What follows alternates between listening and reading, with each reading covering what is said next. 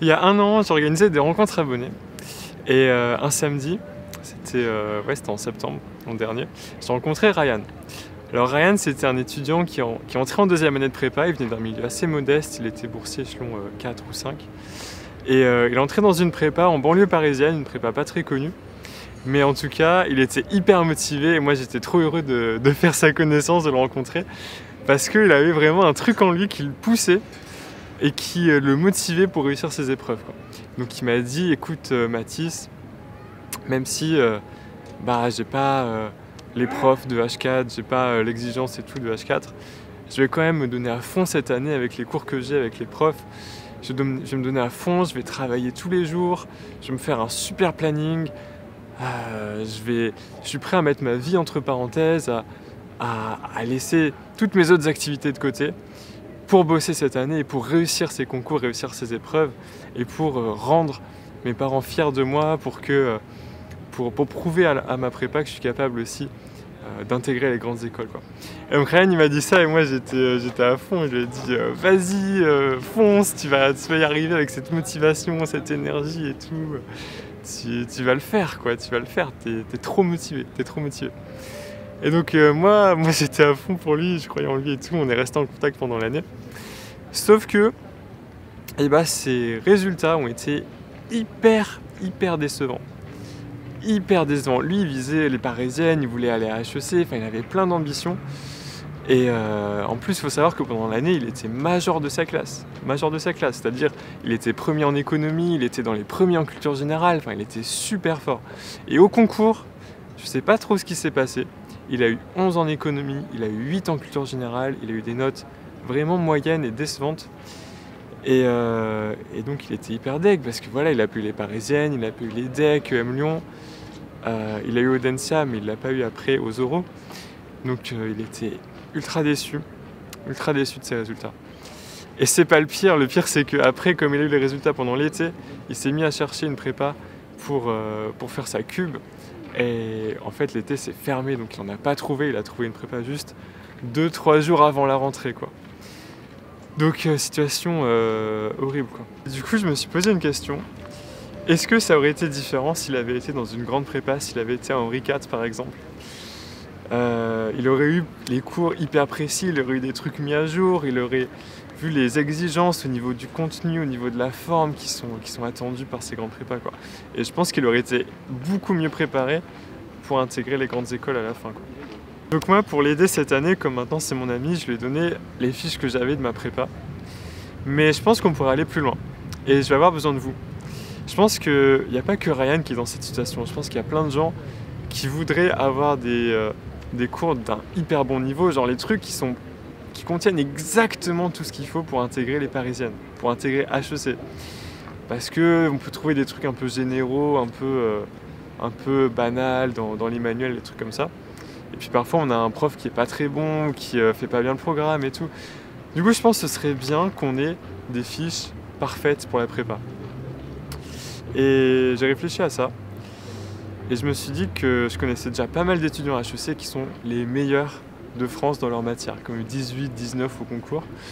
Et donc je leur ai proposé de faire un essai, c'est-à-dire de réaliser une petite fiche mais qui serait une fiche parfaite, c'est-à-dire qui contient tous les éléments que vous devez connaître pour réussir les épreuves de concours, sur tel chapitre, sur tel sujet, telle notion de civilisation, etc. Donc je leur ai demandé de faire un essai. Mais maintenant que j'ai cet essai, j'ai besoin de savoir si vous, ça vous intéresse. C'est-à-dire, est-ce que vous, ça vous intéresse que moi, j'investisse du temps, de l'énergie, voire de l'argent dans la création de ces fiches, c'est-à-dire les meilleures fiches qui aient jamais été faites dans toute l'histoire de la prépa, quoi. Est-ce que ça vous intéresse qu'on fasse ça? Si ça vous intéresse, je vous mets un lien en description pour répondre à un petit questionnaire pour m'aider à orienter un peu mes recherches et comment on va créer des fiches. Et pour les 100 premiers répondants, je vous enverrai un courrier postal. Si vous laissez votre adresse postale, je vous enverrai un courrier avec une fiche. Et comme ça, j'aurai le retour. Vous m'enverrez un retour précis sur ce que vous aimez dans cette fiche, ce que vous aimez moins bien, ce qui pourrait être amélioré, etc. Et comme ça, on travaille ensemble pour créer des trucs de fou furieux pour les épreuves de concours. Mais je pense que ce serait incroyable. Mais voilà, j'ai besoin de savoir si ça vous intéresse. Donc je vous mets les liens en description.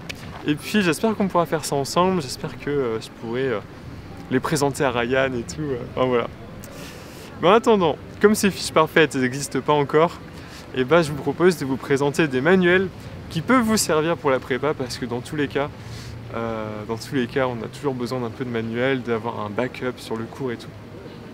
Donc voilà.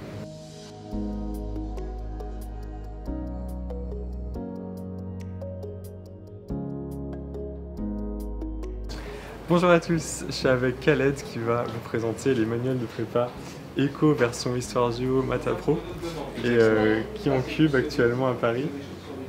Voilà, je me présente, je m'appelle Khaled et comme Mathis, tous les deux on s'est connus via YouTube. Et je vais aujourd'hui essayer de vous introduire quelques bouquins pour vous faire gagner beaucoup de temps, notamment pour les ex-filières ESS, donc Maths Appro, Histoire Géographie.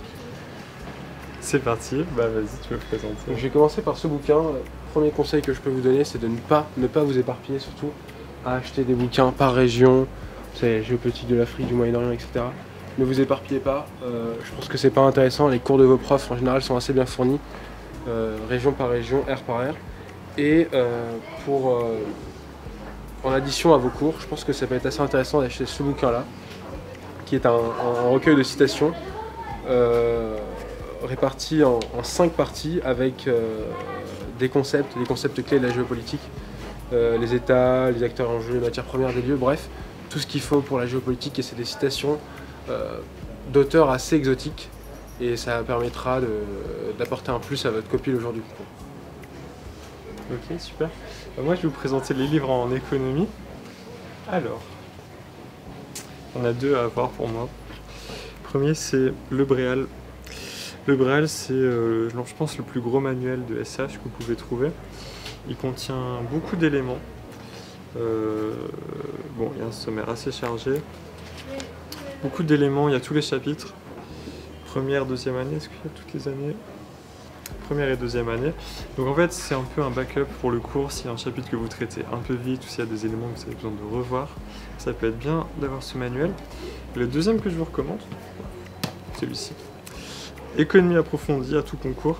En fait, c'est juste un manuel qui a tous les figurés de microéconomie, macroéconomie dont vous avez besoin pour la prépa ECG, option économie. Donc il y a quand même beaucoup de figurés dont vous avez besoin, donc ça peut être utile d'avoir ce manuel en plus pour préparer l'école, les DS, etc. Voilà. Je laisse présenter les maths. Alors pour commencer, on a le petit livre rouge. Je pense que tout le monde le connaît assez bien, aussi appelé le mini rondi. C'est un bouquin dans lequel il y a toutes les formules de maths des 2 ans de prépa, et ça c'est vraiment pas mal quand vous arrivez, parce que ça vous permet d'avoir tout de suite, quand vous faites un exercice, quand vous faites des annales de maths ou un exercice d'application, de piocher dans ce bouquin là et de voir les formules si jamais vous avez un trou de mémoire. Donc très bonne référence. Ensuite,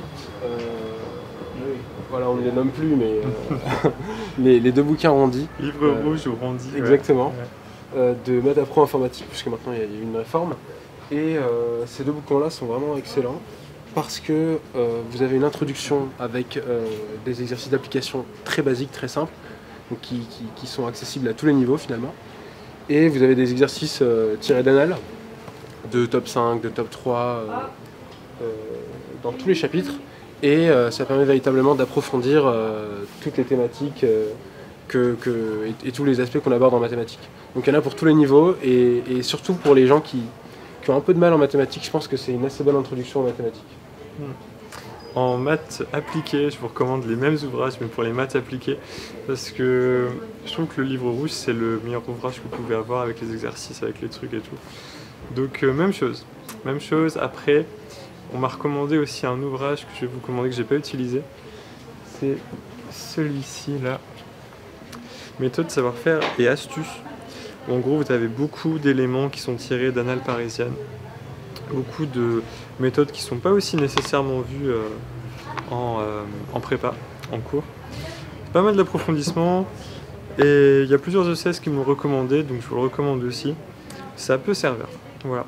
Après, j'ai pas utilisé moi personnellement. Maintenant, on va vous présenter les livres en anglais. Alors moi je vous recommande en civilisation cet ouvrage, Optimum de civilisation. Ce qui est intéressant, c'est qu'il a tous les éléments de civi utiles du Royaume-Uni et des États-Unis. Et en fait, moi ce que j'aime particulièrement avec cet ouvrage, c'est que dedans, il y a tous les éléments un peu précis, le vocabulaire un peu très spécial, très spécifique sur des notions politiques ou des notions culturelles. Et ça, ils en parlent dedans. Donc ça, je trouve ça pas mal. Et pour le coup, en civi, il y a un livre qui est assez recommandé, mais que moi, je ne vous recommande pas trop d'utiliser. Enfin, que j'ai trouvé pas très utile, c'est celui-ci en face. A Cultural Guide. Souvent, il est recommandé en prépa, mais moi, je le trouve trop petit et un peu... Disons qu'il y a des notions intéressantes dedans, mais je pense que c'est pas assez complet. C'est pas assez complet, puis c'est pas assez... il n'y a juste pas assez d'éléments pour faire un bon truc. Et souvent, c'est un ouvrage qu'on achète et qu'on n'ouvre pas souvent. En vrai, les ouvrages de civilisation en anglais, je trouve que c'est souvent comme ça. On les achète, on les ouvre pas assez. Et puis même, une bonne manière de travailler la civi en dehors des ouvrages, c'est juste de lire des articles ou des choses comme ça. Juste de regarder l'actualité, écouter des podcasts et tout. Ça peut vous aider autant, voire plus qu'un manuel. Donc ça, c'est vraiment si vous avez quelques lacunes en civi à combler sur des notions précises. Donc, voilà. Et puis on va vous présenter un autre ouvrage qui est plus pour le niveau de langue, qui est An Apple a Day. Je te laisse en parler. Bien, An Apple a Day, très très longue histoire d'amour entre moi et An Apple a Day. J'ai acheté surtout l'été de durant la première à la deuxième année. Et c'est un bouquin qui est fait pour tous les niveaux déjà. Et ça, c'est assez important et assez rare. Dans la mesure où vous avez des idiomatismes, vous avez des fiches par thème. Je sais pas moi, par exemple, la culture, la monnaie, et j'en passe, le terrorisme, le tourisme. Et ce qui est assez excellent avec ce bouquin, c'est que vous avez immédiatement, après le cours, après quelques phrases avec des idiomatismes et des points grammaticaux, vous avez des phrases d'exercice, d'entraînement sur ce que vous avez pu apprendre avant. Et c'est super bien fait, très très bien fait, et ça traite vraiment de toutes les thématiques. Et donc ce que je recommande vraiment de faire avec ce bouquin-là, c'est de le ficher, c'est de le travailler sur le long terme et de le ficher, c'est-à-dire quand vous avez des termes que vous ne comprenez pas ou alors des idiomatismes, parce que c'est souvent apprécié au concours, des idiomatismes, vous surlignez ça, vous mettez un coup de surligneur, vous faites vos phrases, s'il y a une faute, que vous faites vous entourer en rouge. Enfin, il faut vraiment que vous vous appropriez le bouquin. Et c'est que de cette manière-là, à mon avis, qu'on peut progresser et de manière drastique. Des amis qui ont eu leur note vraiment évolué. Ok. Donc, franchement, c'est un bon investissement. Ok, génial. Maintenant, je vais vous présenter l'espagnol. Alors, l'espagnol, 2 ouvrages. Déjà, celui-ci, Espagnol vocabulaire essentiel. Recommandé en prépa, notamment à Henri IV. Et en fait, dedans, vous avez juste plein de mots de vocabulaire que vous devez apprendre. C'est classé par thématique. Et quand vous traitez un sujet en cours, si le prof vous le demande pas, faites-le quand même, c'est-à-dire apprenez les mots qui sont liés au sujet que vous traitez. Parce que ça va vous donner plein de trucs, ça va vous aider pour les traductions, ça va vous aider pour l'expression. Ça va juste enrichir votre niveau de langue. Donc utile d'avoir ça. Ensuite, un autre ouvrage utile, très recommandé, que je vous recommande, je ne l'ai pas utilisé, mais Algrano, pour tout ce qui est grammaire, notamment. On m'a dit que c'est un très bon ouvrage, et j'ai pas mal d'amis à HEC qui m'en ont parlé, donc à vous de voir. Je te laisse présenter l'allemand, du coup. Je vais présenter l'allemand, je vous recommande ce bouquin-là. Ce bouquin-là qui est très très sympa, et puis surtout, comme vous le savez, l'allemand c'est énormément de construction, de grammaire, de déclinaison, et ça c'est peut-être la partie la plus compliquée dans cette langue-là.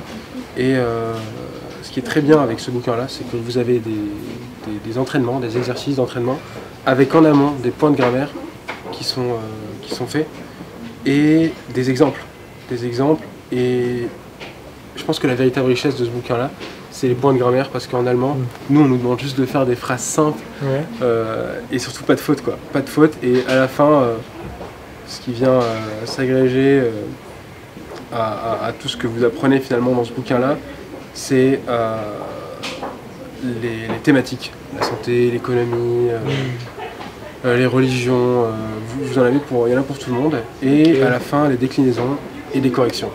C'est super bien fait, il y a des mini-thèmes, des mini-versions. Et c'est super bien fait. C'est super bien fait. Donc c'est à la fois grammaire et civilisation. Exactement, en fait. exactement. Okay. Surtout beaucoup de grammaire, et on en a besoin d'abord, vous le savez. Ouais, sympa. Sympa. Et ben maintenant on va passer à la culture générale, c'est parti.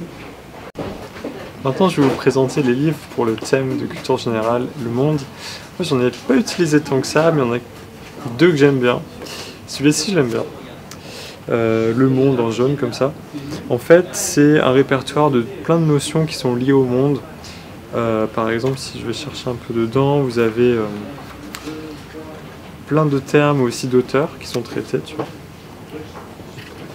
Et je trouve que c'est intéressant de lire les notions qui sont expliquées dedans parce qu'elles ont tout un lien avec cette notion de monde et en fait approfondir les notions qui sont annexes, ça va vous aider pour la construction des plans, pour la construction des réflexions dans les dissertations. Bon, franchement ce livre il est bien, surtout il a des références qui sortent un peu de l'ordinaire. Contrairement par exemple à l'Optimum de culture générale où là souvent c'est un peu des références qui sont très classique pour le thème, donc c'est pas forcément bien de préparer l'épreuve avec un livre que plein d'autres étudiants vont avoir, quoi. Donc ça il faut faire attention, surtout que c'est dit dans les rapports de jury des fois, qu'il y a trop de références qui se ressemblent. Et puis l'autre ouvrage qui peut être sympa, celui-ci, Le Monde d'Uno, en fait ce que j'aime bien avec lui, c'est que c'est un peu un starter, c'est un peu une explication de base des notions du thème, avec une présentation assez rapide et assez claire des auteurs les plus importants, par exemple Leibniz ici. Donc c'est très succinct et ça vous permet d'avoir une idée sur les notions les plus importantes du thème. Donc c'est vraiment le livre qui vous permet de démarrer l'étude du thème. Vous commencez par lire un petit peu ce qui est dit sur l'auteur et après vous approfondissez avec le cours du prof ou avec un autre cours. J'espère que vous avez apprécié ce petit tour qu'on a fait, c'était à Gilbert Joseph dans le 5e. Je remercie énormément Khaled d'avoir participé à la vidéo, il est adorable, n'hésitez pas à aller voir sa chaîne dans la description, il est en 3e année de prépa là. Et puis après, pour revenir un petit peu sur les manuels, qu'est-ce que je peux vous dire? Les manuels c'est toujours utile, ça fait un backup en fait du cours, ça vous permet de voir un petit peu où en est le programme et tout, mais ça vaut pas des bonnes fiches de cours, ça c'est sûr. Donc, je vous rappelle de remplir le questionnaire si c'est un truc qui vous intéresse, si c'est un projet qui vous tente. Et puis après, on verra ce qu'on peut faire ensemble. Donc voilà, c'est tout. J'espère que vous passez une bonne journée. Et puis, on se dit à bientôt dans une nouvelle vidéo. Salut!